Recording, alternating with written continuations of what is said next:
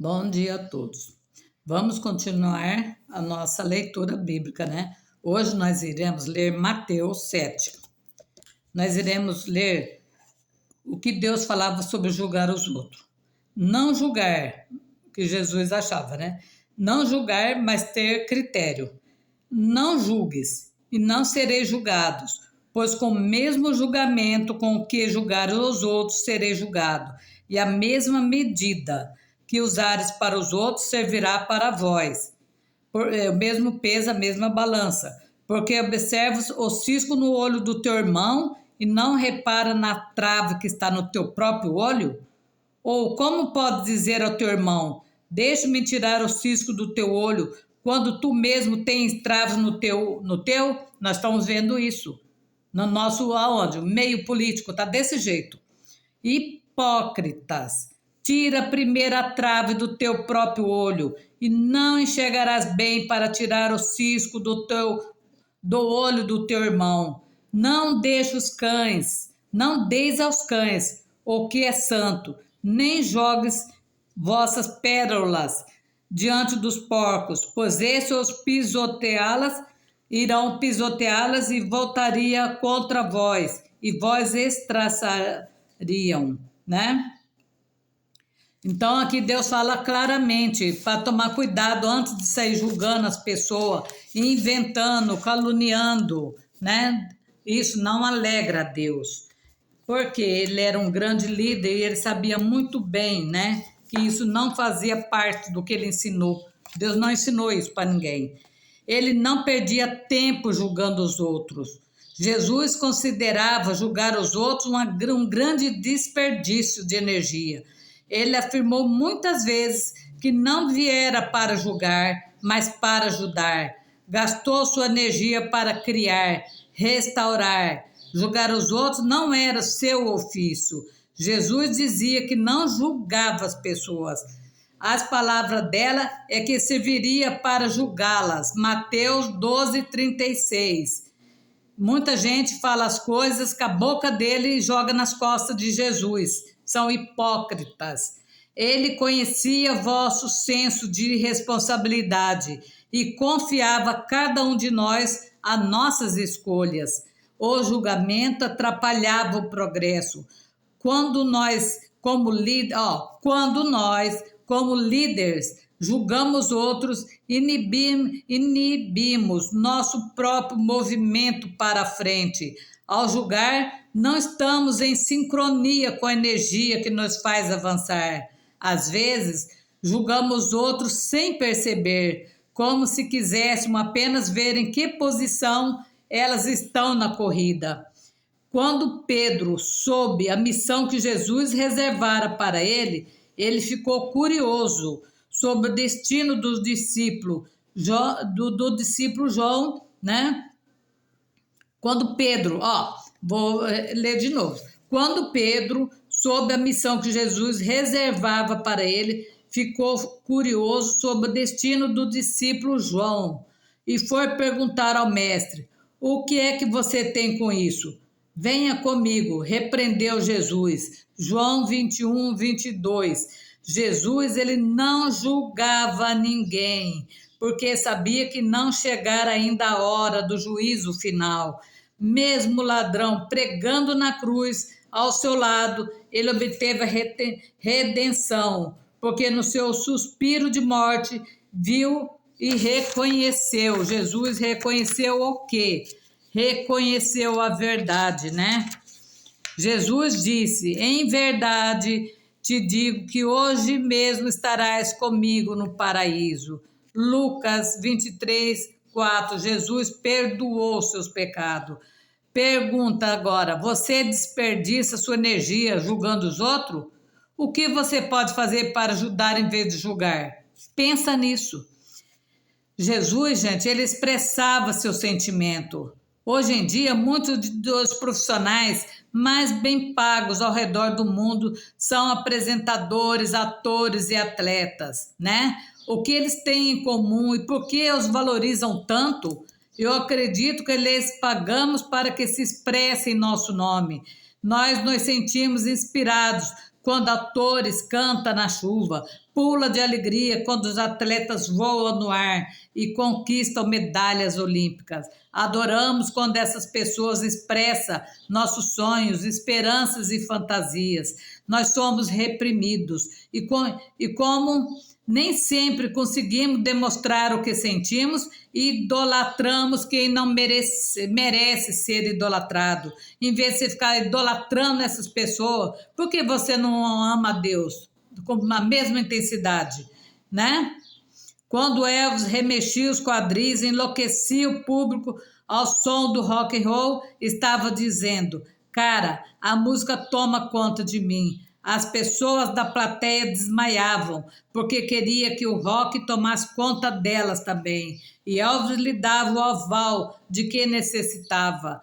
Quando os jogadores de futebol estão disputando a partida, correndo, driblando os adversários para fazer um gol, sentimos como se estivéssemos em campo, suando também, e como se experimentássemos a força dele em nossos músculos e veias. E por que nós não fazemos isso com Jesus também? Quando o galã dá um beijo cinematográfico na mocinha, ou quando o mágico faz tigres desaparecerem no palco, somos rapidamente arrebatados pela fantasia.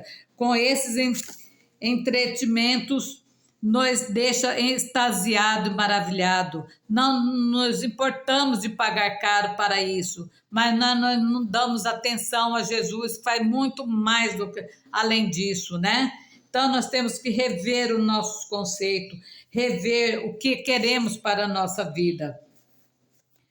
Então nós temos que fazer o que para fazer isso? Mudar o nosso conceito, né? Mudar. Por que você bajula tanto um ídolo e não esquece do ídolo maior que nós temos no mundo, que é Jesus, né? Então nós temos que ter discernimento do que é certo, do que é errado, tá? E projetar a sua fé, a sua confiança em Deus, aquele que merece, né, tudo de nós e muito mais. Então nós vamos ver aqui uma história que Jesus ele confiava nos seus instintos. No Velho Testamento conta uma história sobre o profeta Balaão. Ele estava numa missão para amaldiçoar o povo de Israel quando sua jumenta empacou na estrada. Embora o profeta batesse no animal, ele se recusava a seguir por aquele caminho. Irritado, Balaão continuou a açoitá-lo com violência, aparentemente colocando em prática o estilo de administração de se impor pelo medo e pela intimidação. Isso é que nós vemos também em governos autoritários, que coloca medo nas pessoas. Finalmente, a jumenta gritou, finalmente a jumenta gritou: o que foi que eu fiz contra você? Porque você já me bateu 3 vezes. Por acaso você não tem montado em mim toda a sua vida? O anjo do Senhor apareceu, então, diante do profeta e repreendeu-o por espancar o animal, que na verdade salvara a sua vida. Eu vim como seu inimigo para fazer você voltar, pois você não devia estar fazendo esta viagem. Mas a sua jumenta me viu e se desviou 3 vezes. Se ela não tivesse feito isso, eu já teria matado você e ela teria ficado viva. Números 22, 28. Anjos, nós temos anjos que nos avisam de muita coisa errada, mas nós estamos tão ocupados em bajular pessoas que não merecem que a gente nem escuta a voz dos anjos. Sempre que leio essa história, fico imaginando Balaão beijando a jumenta, eternamente agradecido, né? Então a gente está vendo o que Deus faz, gente. Deus faz até uma jumenta falar para te ajudar e você mesmo assim continua cego nos seus erros, cego em tudo, né? Então nós temos que rever nossos conceitos, rever aquilo que nós queremos para a nossa vida, tá? Nós temos que enfrentar os nossos medos, né? Então, aqui nós vamos ver assim, ó, ao estudar os livros da Bíblia, né? Eu resolvi pesquisar os pedidos que eles faziam em suas preces. Eles podiam solicitar o que quisessem, mas, para minha surpresa, só pediam coisas nobres. Vamos ver o que eles pediam para Jesus? Nós temos medo de pedir as coisas para Deus, nós achamos que nós não somos merecedores, que Ele não vai nos dar, né? Mas aí nós vamos ver o que eles pediam. O que Abraão pedia? Abraão pedia: ajude-me a segui-lo. Moisés: ajude-me a libertar o teu povo. Davi: ajude-me a matar o gigante que ameaça o nosso povo. Esther: ajude-me a salvar essas pessoas. Salomão: dai-me sabedoria para governar o teu povo. Isaías: dá-me lábios puros para dizer as suas palavras. Pedro: ajude-me a alimentar tuas ovelhas. Jesus: ajude-me a mostrar a eles o teu amor, né? Há um verso que diz: o nobre só projeta coisas nobres, e na sua nobreza perseverar. Isaías 32:8. Jesus era um líder que só pedia as coisas nobres. Ele pedia para curar, para perdoar, para amar. Aos 12 anos, usou as seguintes palavras para definir a sua missão: o Senhor Deus me enviou para pregar boas novas aos pobres, para curar os corações que estão partidos, para programar a libertação dos cativos, para consolar todos que choram e pôr sobre os que estão de luto uma coroa em vez de cinza, óleo de alegria em vez de pranto, vestes de louvor em vez do espírito agoniado, angustiado. Isaías 61:13. Ele falou isso aos 12 anos de idade. Nobre, o que é nobre para você? Nobre é uma palavra bela, mas pouco usada nos dias de hoje.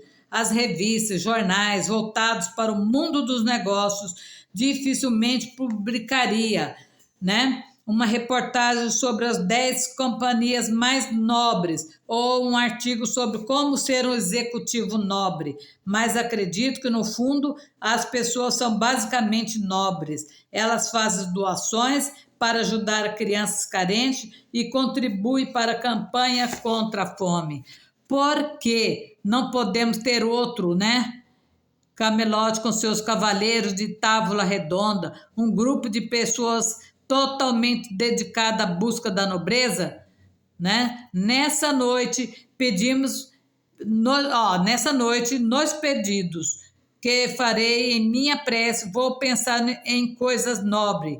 Como que podemos fazer para lançar mais luz no mundo cheio de trevas? O como podemos contribuir para melhorar a vida na Terra? Agora faço uma pergunta: que coisas nobres você vai pedir hoje? O que tem no seu coração que está deixando você agoniado? Quem mais está pedindo e fazendo coisas nobres? Você pode colaborar e ajudar as pessoas? Então, nós vamos rever isso. Vamos pedir coisas nobres. O que é nobre para você? É ajudar uma pessoa que está muito necessitado. É mudança, né? Mudança de vida.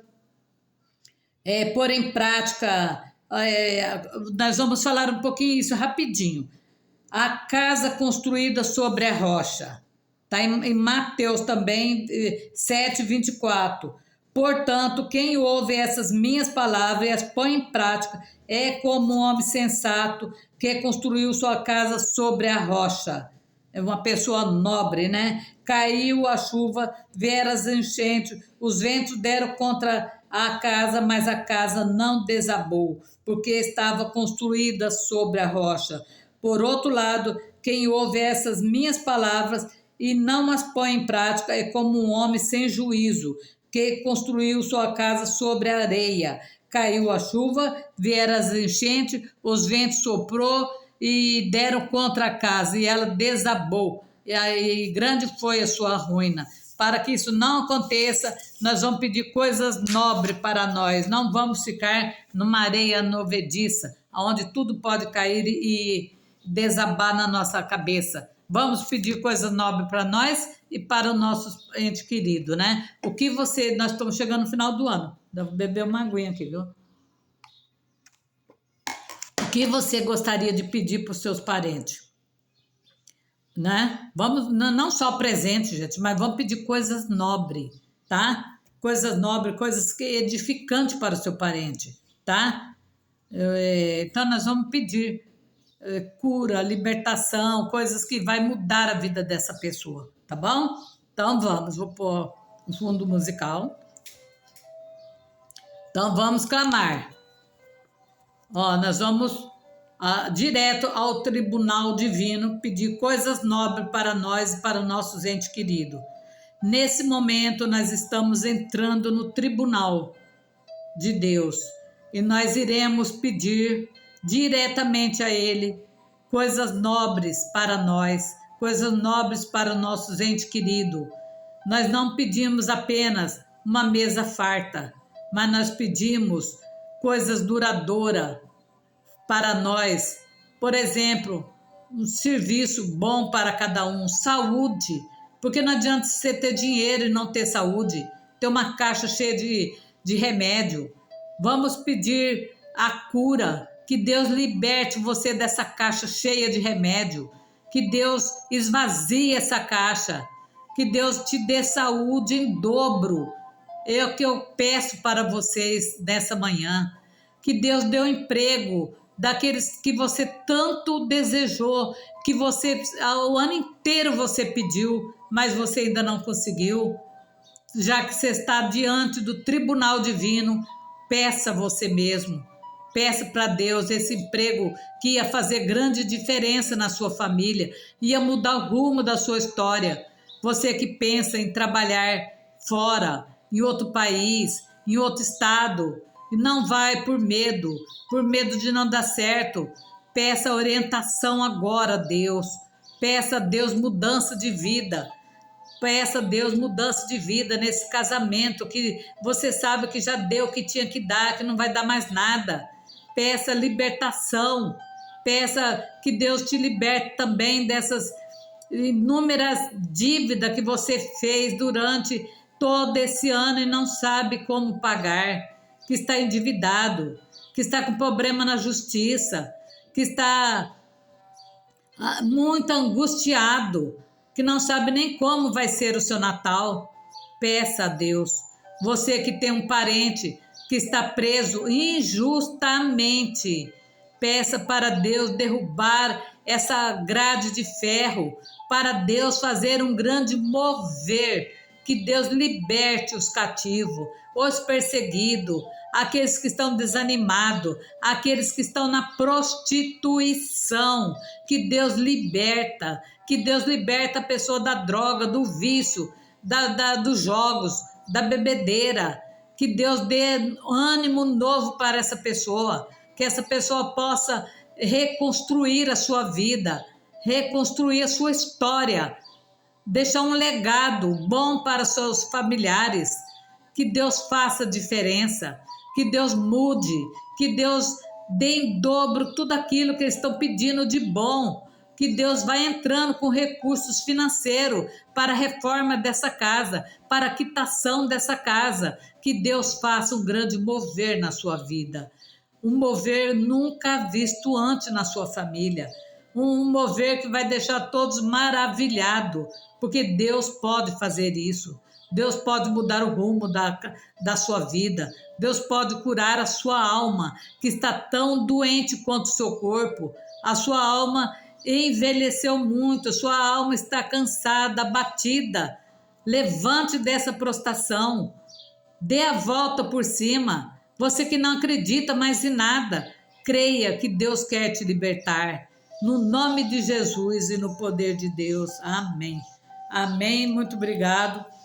E até amanhã, se Deus quiser. Fique com Deus. Vamos continuar orando, clamando.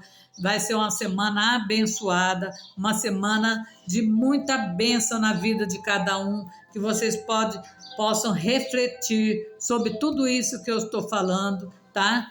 Que Deus tem poder para mudar a sua vida. tá bom? Aquilo que você julgava impossível, para Deus não é. Obrigada e até a próxima, se Deus nos permitir. Amém.